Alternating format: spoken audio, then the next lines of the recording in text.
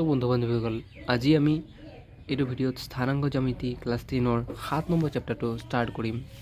চ' ইয়াত আমি ইন্ট্ৰডাকশ্যনত পঢ়িম প্ৰথম যে এক্সৰ স্থানাংক কাক বোলে। তো এক্সৰ স্থানাংকক আমাৰ কি বুলি কয় আৰু এটা নাম হৈছে ভুজ বুলি জনা যায়, আৰু আমি ৱাই স্থানাংকক আমি কোটি বুলি জনা যায়। আৰু ইয়াত আমি দুইটা বস্তু আমাৰ মন কৰিবলগীয়া কথা হৈছে, এক্স অক্ষত থকা বিন্দুৰ স্থানাংক x, 0 আৰু আমি ইয়াত আমি ৱাইটো লিখোঁ y, 0, y, যিহেতু আমাৰ x অক্ষত xৰ মান থাকিব আৰু y মান নাথাকে। আমি ইয়াত y মানটো আমি 0 কৰিছোঁ, আৰু ঠিক তেনেদৰে আমি ইয়াত আমাৰ xৰ মানটো 0 কৰা হৈছে। ইয়াত px1 আৰু y1 আৰু qx2 y2 বিন্দু দুটাৰ মাজত দূৰত্ব আমাৰ p কিয় আমি এনেকৈ লিখা হয় √(x2 - x1) whole square plus y2 - y1 whole square, আৰু ইয়াক আমাৰ দূৰত্বৰ সূত্ৰ বুলি কোৱা হয়, যিখিনি আমি আমাৰ নেক্সট ভিডিঅ'বিলাকত আমি এক্সাৰচাইজত আমি ইমপ্লিমেণ্ট কৰিব লাগিব। চ' ইয়াত তোমালোকে উদাহৰণকেইটা কৰিবা। উদাহৰণ 1 আছে, তাৰপিছত আমাৰ ইয়াত 2 আছে। যদি অসুবিধা হয় তেন্তে কমেণ্ট কৰি জনাবা, মই কৰাই দিম। তো এতিয়া আমি এক্সাৰচাইজ 7.1 কৰিম। চ' এতিয়া আপোনালোকে ইয়াত চাব পাৰে, আমি ইয়াত লিখি লৈছোঁ বিন্দু দুটা a 2,3 আৰু b 4,1। আপোনালোকে ইয়াত n লিখিব পাৰে।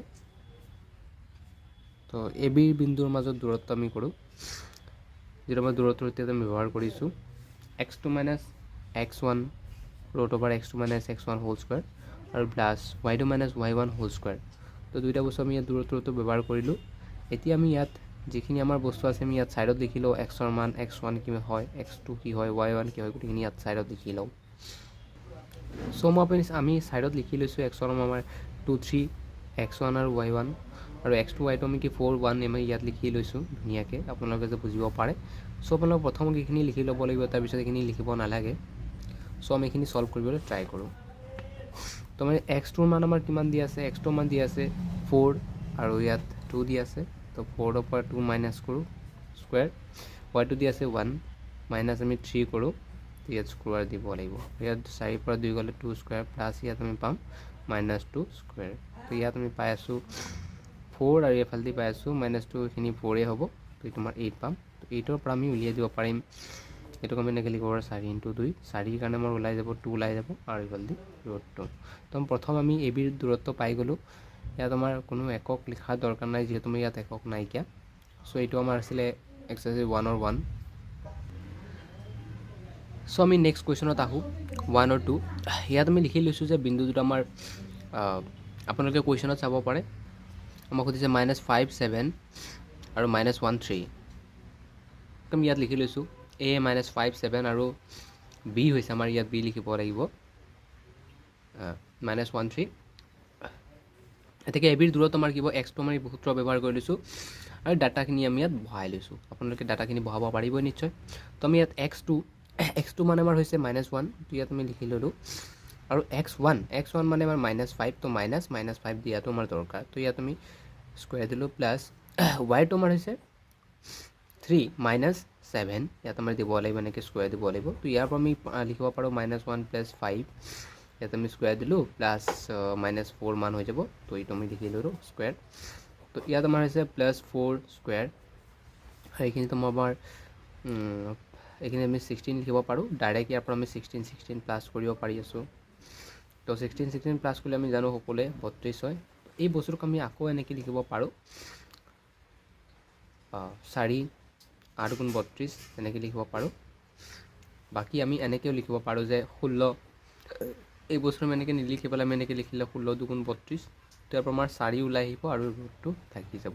তো এয়া হৈছে আমাৰ আনচাৰ। চ' এতিয়া আমি 3 নম্বৰ কুৱেশ্যনটো কৰিব লাগিব। 3 নম্বৰত লিখিছে a, b -a, b। তো এই একেখিনি বস্তুক আমি এতিয়া আমি ধৰি লৈছোঁ a আৰু b পইণ্ট বুলি ধৰি লৈছোঁ।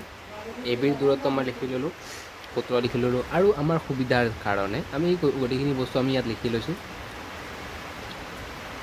হয়, এই বস্তুখিনি আমি ইয়াত পুট কৰোঁ। x2 মান হৈছে আমাৰ -a, x1 হৈছে আমাৰ a, তো ইয়াত আমি লিখি ল'লোঁ স্কুৱাৰ দিলোঁ, y2 হৈছে আমাৰ মাইনাছ b আৰু y হৈছে b তাৰ স্কুৱাৰ। ইয়াত আমি পাইছোঁ মাইনাছ 2a ইয়াত হোল স্কুৱাৰ, ইয়াত পাইছোঁ মাইনাছ 2b ইয়াতো হোল স্কুৱাৰ। চ' ইয়াৰ পৰা আমি লিখিব পাৰোঁ 4a স্কুৱাৰ লিখিব পাৰোঁ আৰু ইয়াত লিখিব পাৰোঁ 4b স্কুৱাৰ। এইখিনিৰ পৰা আমি কমন ল'ব পাৰোঁ 4a square plus b square. তো ইয়াৰ পৰা 4 ওলাই আহিব, ওলাই আহিলে আমাৰ হ'ব 2 আৰু ইয়াত a square plus b square. এয়া হৈছে আমাৰ আনচাৰ। তো তোমালোকে ভিডিঅ'টো ভাল পালে জনাবা আৰু এনেধৰণৰ ভিডিঅ' জানিব পাৰি তোমালোকে কমেণ্ট কৰিবা। Thank U.